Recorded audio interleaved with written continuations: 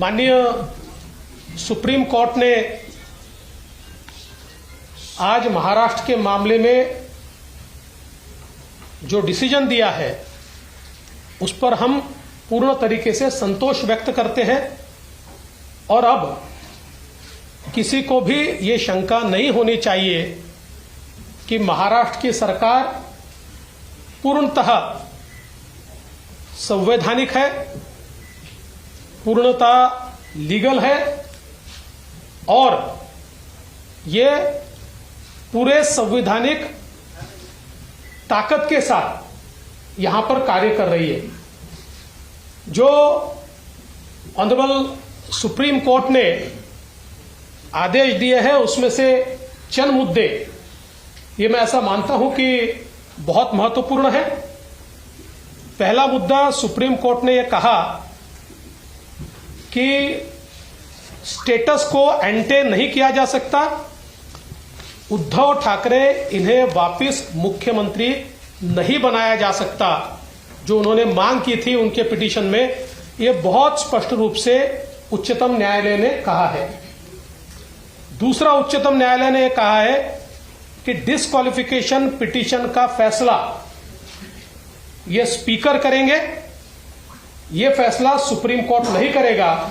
और उस पर बहुत स्पष्टता से सुप्रीम कोर्ट ने कहा है, there are no extraordinary circumstances in the instant case that warrant the exercise of jurisdiction by this court to adjudicate disqualification petition. There are no extraordinary circumstances, ऐसा कहा है। The speaker must decide disqualification petition. ये सीधे सीधे speaker को अधिकार दिया गया है।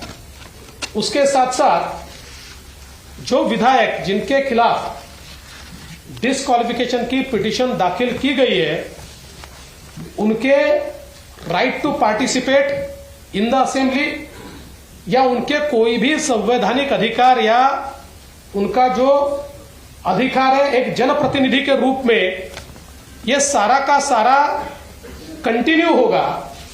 इसमें डिस्क्वालिफिकेशन पिटीशन से कोई बाधा नहीं आएगी, ऐसा भी बहुत स्पष्ट रूप से इस ऑर्डर में कहा गया है।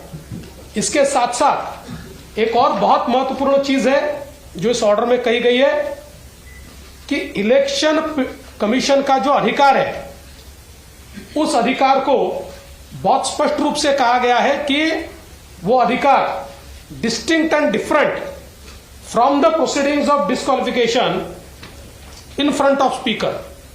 इसका मतलब यह है कि स्पीकर के सामने जो भी डिस्क्वालिफिकेशन पिटीशन के प्रोसीडिंग्स चल रहे हैं उसका, क्योंकि शिवसेना ने मांग की थी कि चूंकि ये प्रोसीडिंग चल रहे हैं तो आप इलेक्शन कमीशन को रोकिए और उनको निर्णय मत लेने दीजिए, लेकिन आज सुप्रीम कोर्ट ने स्पष्ट कर दिया कि इलेक्शन कमीशन को यह पूर्ण अधिकार है। तो एक प्रकार से इलेक्शन कमीशन ने जो निर्णय श्री शिंदे जी के नेतृत्व में शिवसेना और सिंबल का किया है उसमें कोई बाधा नहीं है और वो पूरा अधिकार इलेक्शन कमीशन का है, ये स्पष्ट रूप से इसमें कहा है। उन्होंने आगे ये भी कहा है, मैं इसको पढ़कर दिखाता हूं कि the speaker and the ECI are empowered to concurrently adjudicate on the petitions before them under the 10th schedule and under paragraph 15 of the symbols order respectively. While adjudicating petitions under paragraph 15 of the symbols order, the ECI may apply a test that is best suited to the fact and circumstances of the case before it. इसका मतलब ये दोनों को बिल्कुल अलग कर दिया है। फैक्ट्स एंड सर्कमस्टांसेस पे वो निर्णय ले सकते हैं, उन्होंने निर्णय ले लिया है। अंतिम निर्णय जो भी वो लेंगे वो आपके सामने है। इसलिए मुझे ऐसा लगता है कि इस बारे में भी किसी के मन में अब कोई शंका नहीं होनी चाहिए। इसके साथ साथ स्पीकर को भी यह अधिकार दिया गया है कि 10th शेड्यूल के मायने रखते हुए पॉलिटिकल पार्टी कौन सी है इसका प्राइमा फेसी डिसीजन स्पीकर करेंगे।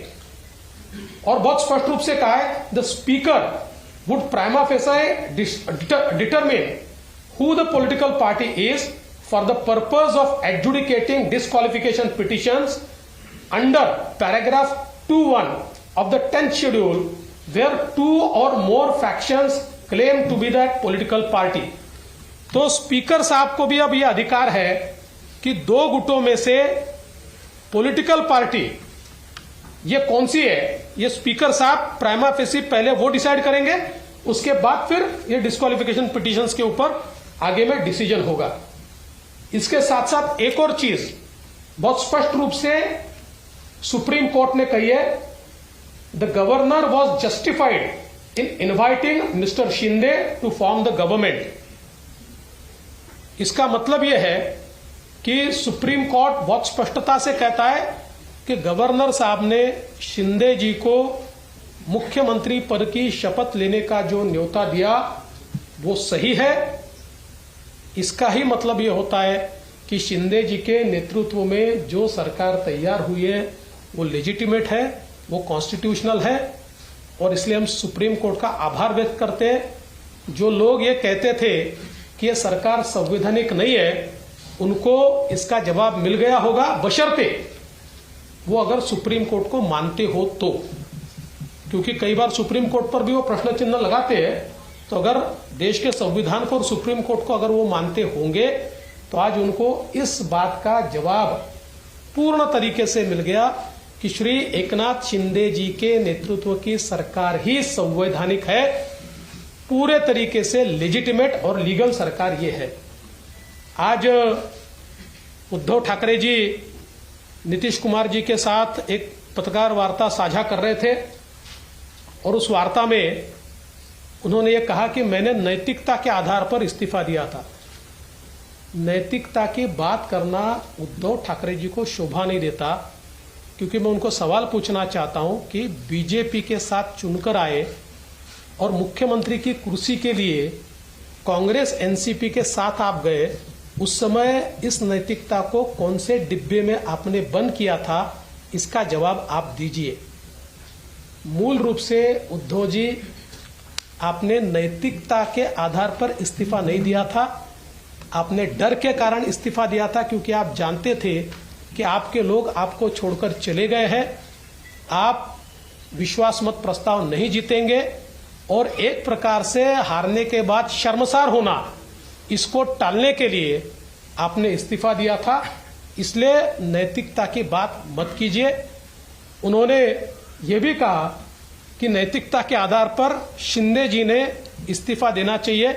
इससे हास्यास्पद क्या हो सकता है कि जिस सरकार को सुप्रीम कोर्ट लीगल, लेजिटिमेट और कॉन्स्टिट्यूशनल ठहराता है, उस सरकार के मुखिया से वो इस्तीफा मांगते। मुझे ऐसा लगता है कि उन्होंने जरूर इस निर्णय का अभ्यास करना चाहिए और उसके बाद इस प्रकार की बात कहनी चाहिए।